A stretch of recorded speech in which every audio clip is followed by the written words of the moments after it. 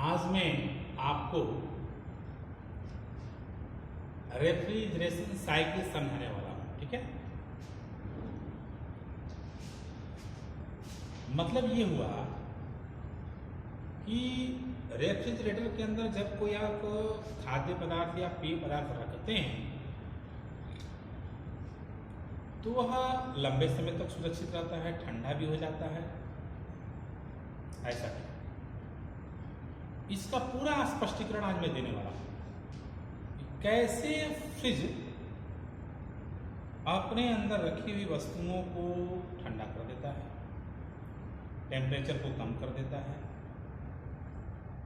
इसका पूरा प्रोसीजर आज मैं बता रहा हूं। ठीक है, तो फ्रिज के अंदर आप ध्यान से देखिएगा। अगर आप फ्रिज का जब दरवाजा खोलेंगे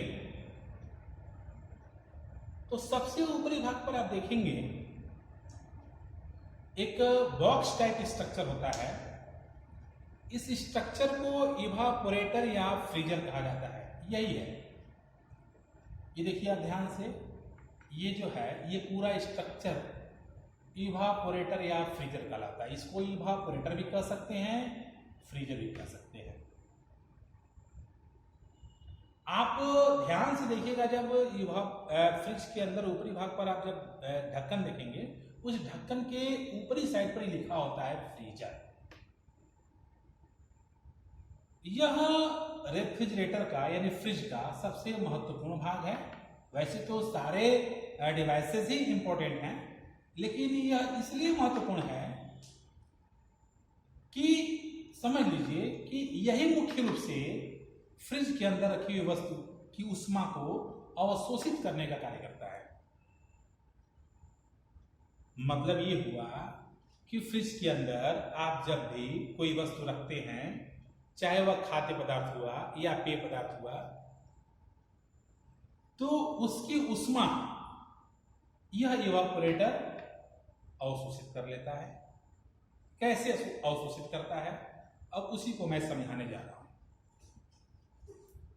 ध्यान से देखिएगा, इवापोरेटर एक ऐसा स्ट्रक्चर होता है जिसके ऊपर एक कॉइल लपेटा गया होता है। ठीक है, वैसे अलग अलग टाइप का इवापोरेटर होता है संरचना के अनुसार, लेकिन अगर इस टाइप का इवापोरेटर हो कि इवापोरेटर के ऊपर आपको कॉइल स्पष्ट दिखे तो समझिएगा यह बेयर ट्यूब इवापोरेटर है। ठीक है, इवापोरेटर का कई टाइप्स होता है, उसमें यह बेयर ट्यूब इवापोरेटर है। ठीक है, तो ये जो इवापोरेटर का कॉइल है, इसी कॉइल के अंदर गैस मौजूद होता है। अब ध्यान दीजिएगा, कौन सी गैस? गैस का नाम है, जो इसमें सबसे प्रचलित गैस है, वह गैस है R134a, रेफ्रिजरेंट 134a। ये मॉडल नंबर है 134a।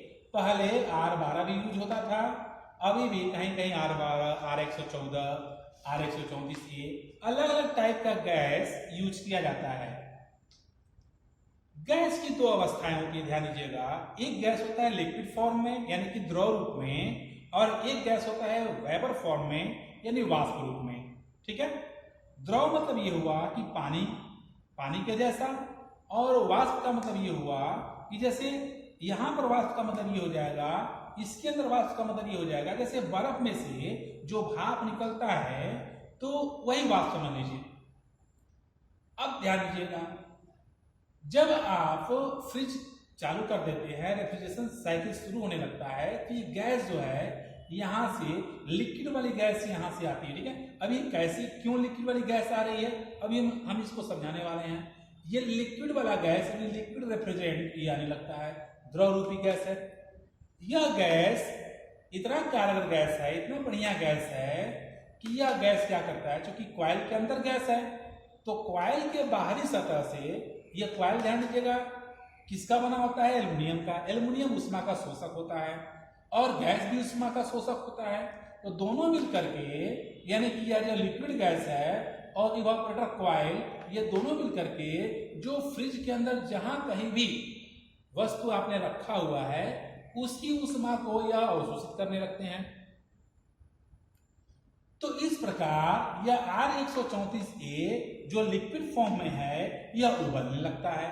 यह द्रव रूपी गैस यह इतना संवेदनशील होता है कि वस्तु की थोड़ी सी उष्मा पा करके, चूंकि आप कोई भी सामान रखेंगे तो उसके अंदर बहुत ज्यादा हीट तो होगी नहीं, उसके अंदर एक गुप्त उष्मा होती है। ध्यान दीजिएगा, किसी भी वस्तु के अंदर एक गुप्त उष्मा होती है। एक होता है सामान्य उष्मा, एक होता है गुप्त उष्मा। उसकी चर्चा हम बाद में करेंगे। बस मोटा मोटी समझ लीजिए, युवा उष्मा जो आपको समझ में आता है, छूने पर महसूस हो, वह नॉर्मल उष्मा है। आज जो आपको छूने पर महसूस न हो लेकिन हो किसी रसायन को एक रूप से दूसरे रूप में बदलने के लिए वह उष्मा पर्याप्त होती है, उसको बोलते हैं गुप्त उष्मा। तो आप सेव, संतरा, केला, अनार कुछ भी रखते हैं, साग सब्जी कुछ भी रखते हैं, उसके अंदर एक गुप्त उष्मा होती है। यह गुप्त उष्मा, यही गुप्त उष्मा अवशोषित कर लिया जाता है इवापोरेटर के द्वारा। इवापोरेटर के द्वारा कैसे? तो R134a कॉइल के बाहरी सतह से वस्तु की गुप्त उष्मा को अवशोषित करने लगता है। इस प्रकार यह द्रव रूपी गैस उबल करके यहां तक आते आते वाष्प में बदल जाता है। ठीक है, तो यानी कि जो वस्तु अपने फ्रिज के अंदर रखी हुई है उसकी कुछ उष्मा इसके अंदर विलय हो गई। इसकी कुछ उष्मा वस्तु के अंदर, जो भी आप सेव, संतरा, केला, अनार कुछ भी रखे हैं, इसकी कुछ उष्मा इसके अंदर चली गई। तो यह वस्तु थोड़ा सा ठंडा हुआ। मान लीजिए आपने कोई सामान रखा हुआ है, सेव है, संतरा है, केला है, कुछ भी आप सामान रखे हुए हैं, इसकी उष्मा इस कॉइल के अंदर, गैस के अंदर चली गई। अब जो गैस लिक्विड फॉर्म में था यह उबल करके वाष्प में बदल गया। अब कैसा वाष्प? अब ये मत समझिएगा कि कुछ खौलता हुआ, मतलब वाष्प का मतलब ये हुआ कि गर्म हो जाएगा, ये कॉइल गर्म हो जाएगा, ऐसा कुछ नहीं है। जिस तरह से बर्फ में से भाप निकलता है वही वाष्प यहाँ कन्वर्ट हो जाएगा, क्योंकि ऑलरेडी एक कोल्ड गैस है। या जिस तरह से बर्फ में से भाप निकलता है उसी तरह से यह वाष्प रूप में कन्वर्ट हो जाता है। यानी यहाँ लिक्विड रहेगा तो यहाँ अंतिम तक जाते जाते यह वेपर फॉर्म में कन्वर्ट हो जाएगा। तो आपने समझ लिया। इस प्रकार वस्तु थोड़ी सी तो ठंडी हो गई भाई, इसकी उष्मा इसके अंदर विलय हो गई, तो ये ठंडा हुआ कि नहीं हुआ? बिल्कुल हुआ। अब ये जो वाष्प रूपी रेफ्रिजरेंट है, अब ध्यान दीजिएगा, जब यहां तक आते आते वाष्प रूपी रेफ्रिजरेंट, अब ये क्या होगा? एक एक्यूमुलेटर होता है। ये इवापोरेटर के अंदर एक ऐसा पात्र है, एक ऐसा भाग है जिसके अंदर यह वाष्प रूपी रेफ्रिजरेंट आकर इकट्ठा होता है। अब इकट्ठा होकर के अब क्या होगा? चूंकि मैंने आपको शुरू में बताया था कि रेफ्रिजरेटर एक हीट एक्सचेंज डिवाइस है, यानी कि वस्तु की उष्मा को इन्वायरमेंट में छोड़ना है, बाहर वातावरण में ले जाना है। तब ले जाने के लिए क्या व्यवस्था होती है? आप फ्रिज के अंदर, फ्रिज के पीछे नीचे की तरफ देखेंगे एक मोटर लगा होता है। उस मोटर को बोलते हैं कंप्रेसर। कंप्रेसर नाम है। तो कंप्रेसर जो है, कंप्रेसर में 3 लाइनें होती हैं, आप ध्यान से देखिएगा। मुख्य रूप से एक सक्शन लाइन होता है, एक डिस्चार्ज लाइन होता है और एक चार्ज लाइन होता है। ठीक है, तो सक्शन लाइन क्या करता है? ध्यान दीजिएगा, चूंकि कंप्रेसर एक मोटर है और एक पंपिंग मोटर है, यानी कि कहीं से ये खींचेगा और फिर ये फेंकेगा। अब ये क्या करेगा? जब ये चालू रहेगा, ये मोटर है, जब चालू होगा तो ये क्या करेगा? इस सक्शन लाइन के द्वारा एक्यूमुलेटर से ये वाष्प रूप रेफ्रिजरेंट को ये पंप करेगा, खींचेगा, खींच करके कंप्रेसर की बॉडी के अंदर ले आएगा और बॉडी के अंदर ले आकर के और फिर तेजी के साथ जो है इसको छोड़ देगा कहां? डिस्चार्ज लाइन के द्वारा, कंडेंसर में।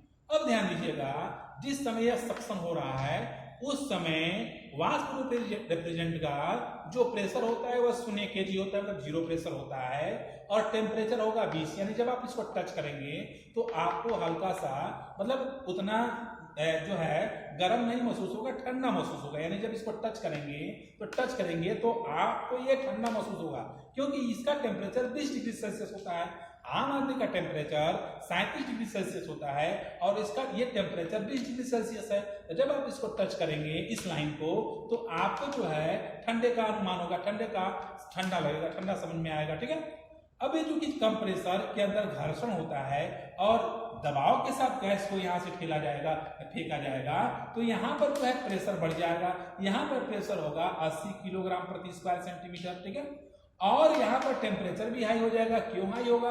क्योंकि कंप्रेसर के अंदर लगातार घर्षण होता है। इसके अंदर पिस्टन होता है, सिलेंडर होता है, तो सिलेंडर के अंदर पिस्टन ऊपर नीचे मूवमेंट करता रहता है। इसकी चर्चा हम बाद में करेंगे कि कैसे यह सक्शन और डिस्चार्ज करता है। फिलहाल समझ लीजिए कि जब ये फेंकेगा इस समय उसका प्रेशर जो है थोड़ा बढ़ जाएगा, मतलब 0 यहाँ था तो यहाँ 10 किलोग्राम प्रति स्क्वायर सेंटीमीटर हो गया, और यहाँ टेम्परेचर 20 था तो यहाँ 80 हो गया, क्योंकि ये टेम्परेचर बढ़ जाएगा। अब ये गैस जो है, जो आपका वाइपर रेफ्रिजरेंट है, यह वाइपर रेफ्रिजरेंट कहाँ जाएगा, कंडेंसर में, ठीक है। चूंकि यहाँ टेम्परेचर था 80 डिग्री सेल्सियस, तो यहाँ टेम्परेचर घट करके 45 डिग्री सेल्सियस हो गया, ठीक है, क्योंकि दूरी बढ़ गया।